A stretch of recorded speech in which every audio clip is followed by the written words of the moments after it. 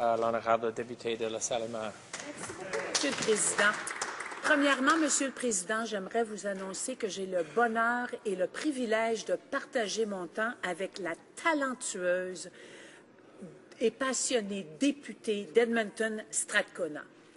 Monsieur le Président, j'ai un parti pris. Je vous le dis d'emblée, j'aime la jeunesse. J'aime leur énergie, leur curiosité et leur enthousiasme. J'aime leurs idéaux à vouloir bâtir une société plus juste, une planète plus verte, où ils pourront réaliser leur potentiel, une société à la hauteur de leurs aspirations.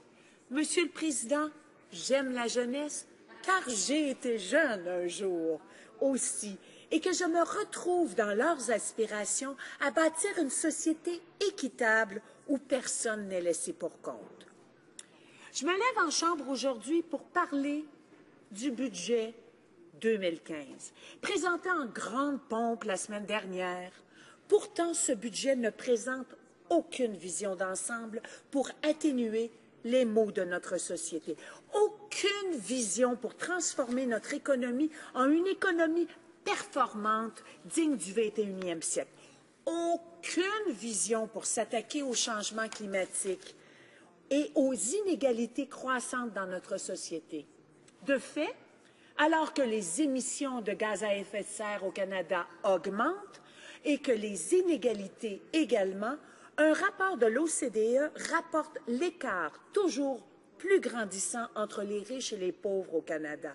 Leur analyse rapporte que le Canada est au 4e rang en ce qui a trait à la croissance des inégalités dans les 2 dernières décennies. Monsieur le Président, le budget 2015, de même que les budgets précédents, ne feront qu'approfondir cette malheureuse tendance. The OCDE report isn't the only analysis of Canada's growing income gap. A study published in September 2004 by the Conference Board 2014 by the Conference Board of Canada found that income inequality has been rising more rapidly in Canada than in the U.S. since the mid-90s. This research, made in 18 countries, found that Canada had the 4th largest increase in inequality between the mid-19 and late 2000s. En juillet dernier, j'ai organisé une rencontre informelle avec des jeunes leaders de la Salle-et-Mar. Ils m'ont fait part de leurs inquiétudes quant à leur avenir, leurs défis pour concilier le travail et les études, les offres d'emploi limitées et surtout la précarité de ces emplois. Ils ont parlé des grands enjeux tels que la protection de l'environnement, les inégalités, la situation à l'international et le besoin de réformes électorales. Ils concèdent le peu d'intérêt qu'ils ont pour la politique, car le message ne résonne pas avec eux. Le budget 2015, présenté récemment, ne fera rien pour susciter leur intérêt, mais plutôt, je l'espère, soulever leur indignation. Voyons la situation actuelle pour nos jeunes. Selon Statistique Canada, en 2013, le taux de chômage chez les jeunes entre 15 et 24 ans était de 13,7 %. Ce chiffre situe le Canada derrière d'autres pays développés et est 2 fois plus élevé que celle des travailleurs âgés de 25 à 54 ans, qui se situe vers 5,4 %. En 2014, nous avions 387 000 jeunes ne pouvant pas trouver un emploi, situation qui ne reflète pas qu'une partie de la problématique, spécialement si nous tenons compte que ces statistiques n'inclut pas le sous-emploi ou encore l'information sur les jeunes qui ont cessé, découragés, de chercher un travail. Dans ma circonscription de la Salle-et-Mar, les chiffres sont encore plus préoccupants. En 2013, le taux de chômage chez les jeunes se situait à 15 %, dépassant celui du reste de la population qui était de 8,2 %. Monsieur le Président, le taux élevé de chômage et de sous-emploi trouve ses causes dans une problématique sociale complexe qui obéit à des facteurs comme le manque de formation répondant aux besoins du marché, les difficultés de mobilité, l'absence de programmes de subvention dirigés aux employeurs, la pénurie de formation rémunérée et le manque d'emplois de qualité et bien payés, entre autres. Certaines des mesures du budget répondent aux demandes présentées par le NPD, mais trop peu. Nous appuyons, par exemple, le renouvellement du financement accordé aux jeunes entrepreneurs dans le cadre du programme Futurpreneurs, malgré une réduction du financement. Nous sommes heureux que le gouvernement a écouté le NPD et élargi la protection de base en milieu de travail aux stagiaires non rémunérés et sommes anxieux d'en savoir plus long à ce sujet. Certaines autres mesures sont un pas dans la bonne direction, mais ne vont pas assez loin pour alléger la dette des étudiants ou encore pour leur donner la possibilité de sortir de l'endettement. On constate des écarts grandissants entre les générations et comme le déplore le chef du NPD, on laisse une dette économique, écologique et sociale de plus en plus importante sur le dos des générations futures.